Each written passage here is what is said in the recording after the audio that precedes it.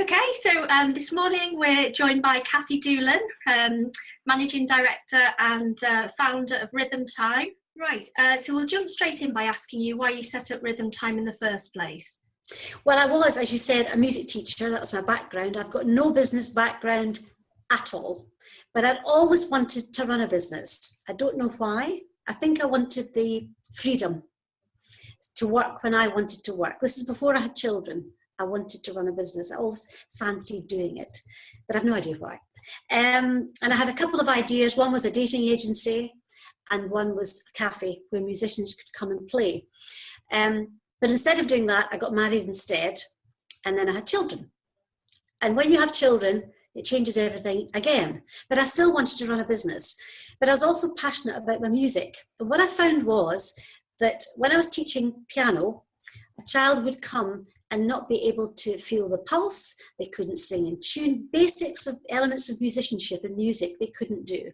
And it's really sad because when a child goes to school, if they want to play an instrument, they're tested. Simple things. Can they beat in time? Can they sing back a little phrase? Do they know the difference between high and low and fast and slow and so on?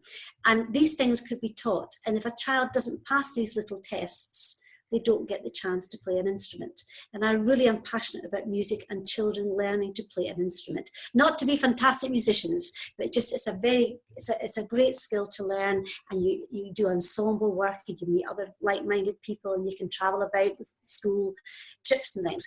So I decided that because I had my own children, I could see how music was benefiting my daughter and my son.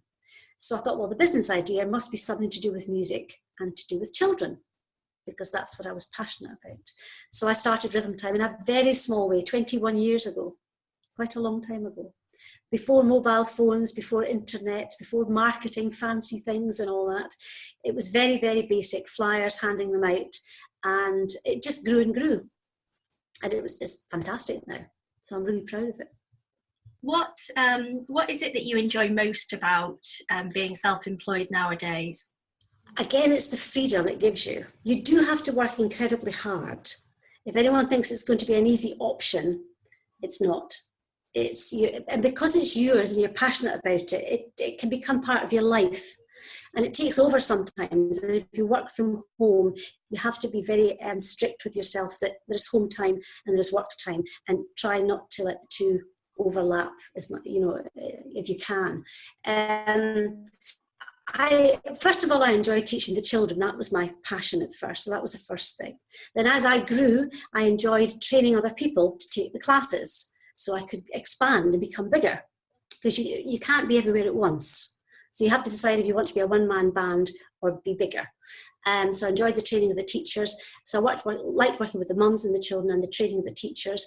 And then I started to franchise. So now I focus on helping other women who are interested, mainly women, who are interested in music and children and passionate about that, to develop their own business. And I help them do that by franchising my business out.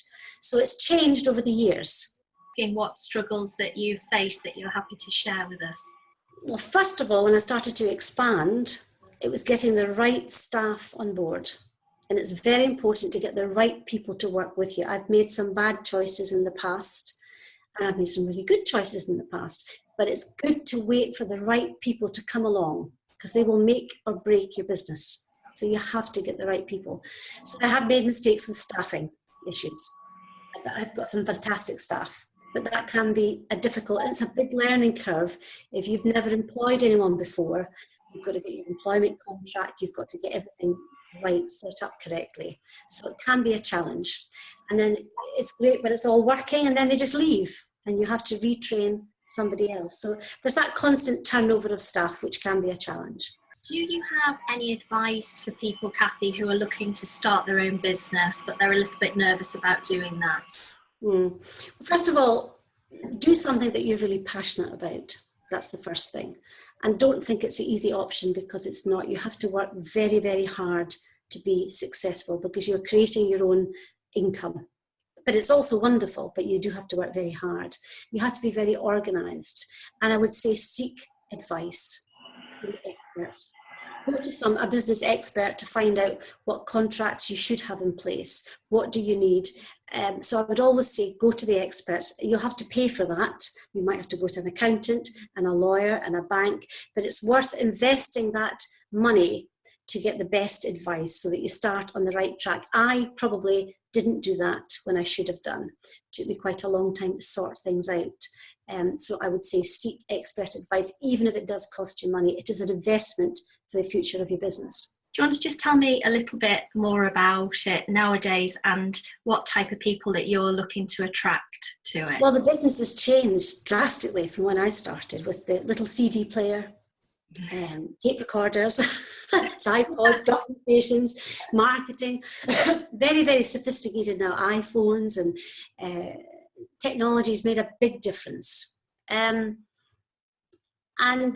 where the business is going, it's expanded quite a lot, and it's changed a lot, and it's expanding. It's changing all the time. The rapid changes. Sometimes it's hard to keep up with the way you should be advertising. But it's gone from strength to strength, and we're still here. There's lots of competitors. The under fives market when I started was very small. Now it's a huge market. So marketing is very important, how you do your marketing. And again, go to the experts to find out how you should be doing your marketing. That's another bit of advice. And the challenges you have along the way are fitting your business around your family, your children. But then your children start to grow. And then one of the challenges I had was elderly parents. And that's happened now. Everyone's living longer. So therefore, fitting my business around my parents was, when they became ill, was quite challenging. It's challenging with small children, and they grow and they have their own challenges. And then they go to university and you think, oh, that's fine. And then your parents get ill, and there's all that sort of challenge, especially if they don't live in the same part of the country. But that's just life. Life will throw up challenges, and it's how you deal with them that's important. And if you have good staff and I had a good team around me, it meant that I could be there for my parents, and the business still kept running. If you're a one-man band, if you're not there, it will disappear. So you do need to have more people on board so your business will run even though you're not there. That's important. Well, thank you very much, Kathy. Some great advice, and thank you for your time.